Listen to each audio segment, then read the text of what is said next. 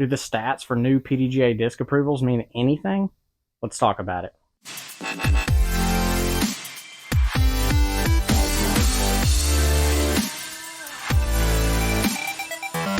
One thing that never fails is every single time a new disc is announced and approved by the PDGA, you see comments like this, you see comments like this, and all of these. So, what do the PDGA approvals actually mean?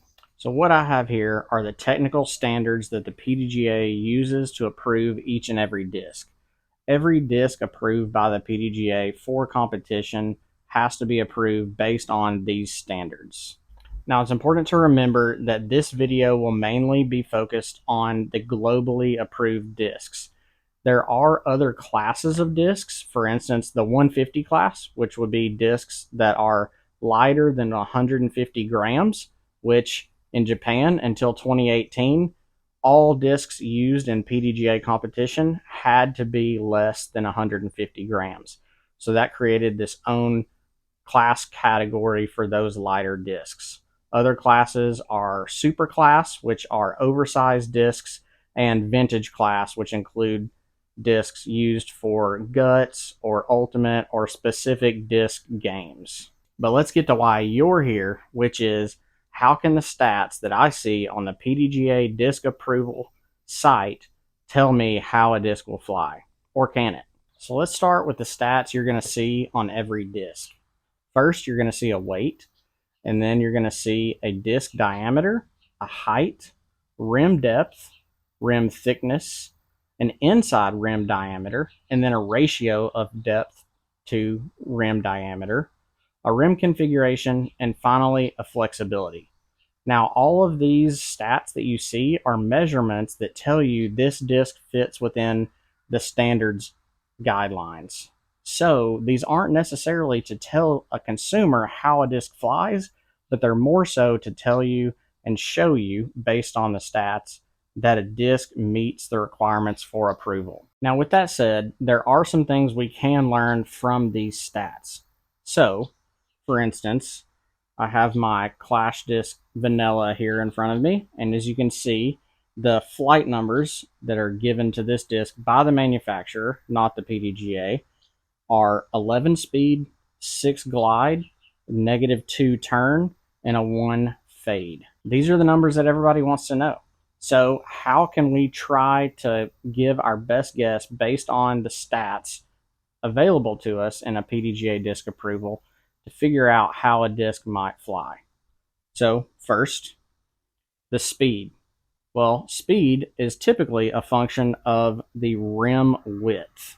So when you look at the rim width, my kind of standard test is to take the rim width in millimeters and subtract 10 from that number, and that should get you close to the speed of a disc. Now, there are other factors like how blunt a rim configuration is, which we'll get to, that can kind of influence that speed number, but typically I would expect a disc that has a 2.1 centimeter rim width to be around a 10 or 11 speed, whereas something with a 2.3 or 2.4 centimeter rim width would be around a 13 speed driver. Next up is glide. Now, glide is pretty subjective. It's sort of a debated topic whether it's a real thing or not.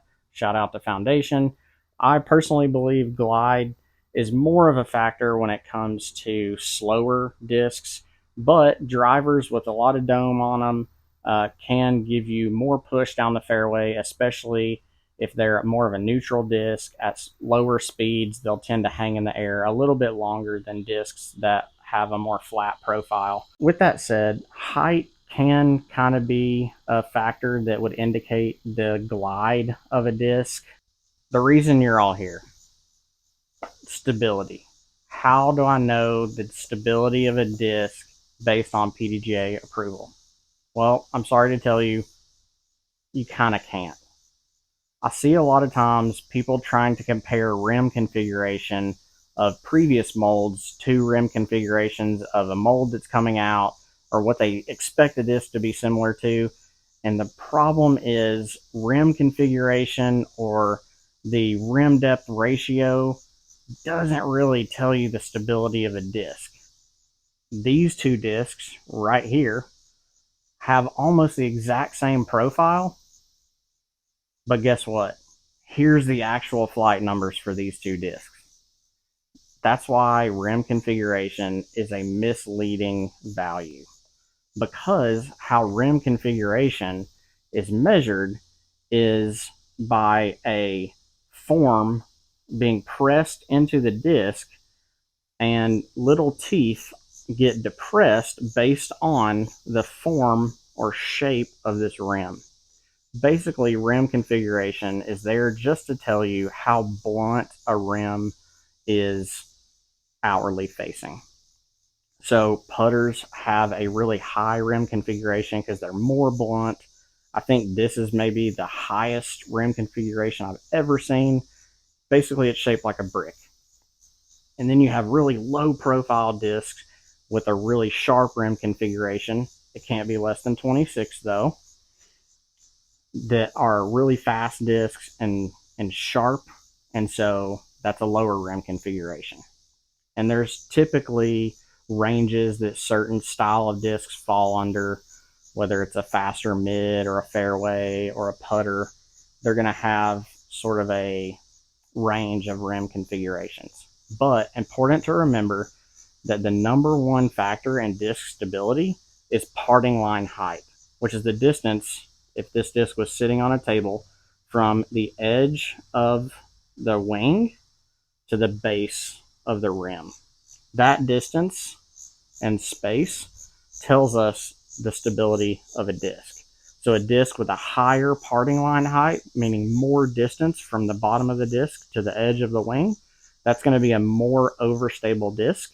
And a disc that has more slope down here, a lot of times you see this on a really understable driver, they're almost flat to the table, that's going to be an understable disc. So occasionally you'll get lucky and you'll see a PDGA approval photo from the side. It gives you a good idea of the parting line height. Just be blessed by that, because that doesn't happen very often.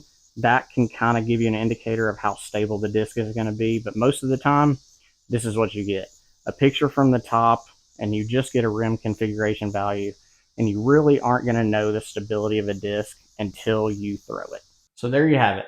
Hope you learned something. If you did, I would appreciate a subscribe, because I'm going to do a lot more content like this in the future. I'm going to leave the PDGA technical standards for disc approval down in the comments. There will be a link down there if you're curious about the rest of the technical standards or how each of those standards is tested. There's definitely some information in there you might find interesting, and it's always nice to know how they're testing discs. Thanks for watching.